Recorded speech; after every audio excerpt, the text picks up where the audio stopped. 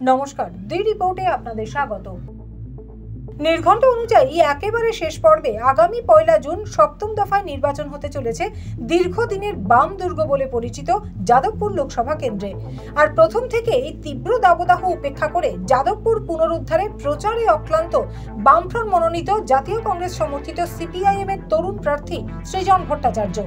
এদিন বারুইপুর পদ্মপুকুর কাছারি বাজার এলাকায় কর্মী সমর্থকদের নিয়ে পদব্রজের প্রচার স্বার্থে দেখা গেল সৃজন ভট্টাচার্যকে। পেয়ারার জন্য বিখ্যাত বারুইপুরে ভিড়ে ঠাসা বাজারে হাত মিলিয়ে জনসংযোগ সারলেন সৃজন। কথা বললেন ক্রেতা বিক্রেতা সকল মানুষের সাথে, ব্যবসায়ীদের সাথে কথা বলে তাদের কাছ থেকে শুনলেন ফলের দামও।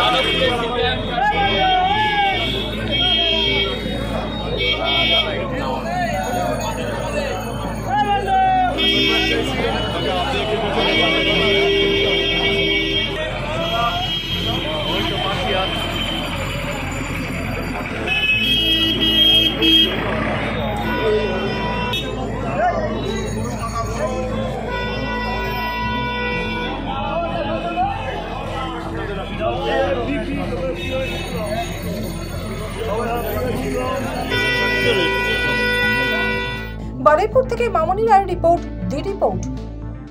আরও বিভিন্ন খবরের আপডেট জানতে হলে অবশ্যই সাবস্ক্রাইব করুন দি রিপোর্ট চ্যানেলটি, কারণ আপনাদের একটা সাবস্ক্রিপশন আমাদের কাছে অত্যন্ত মূল্যবান।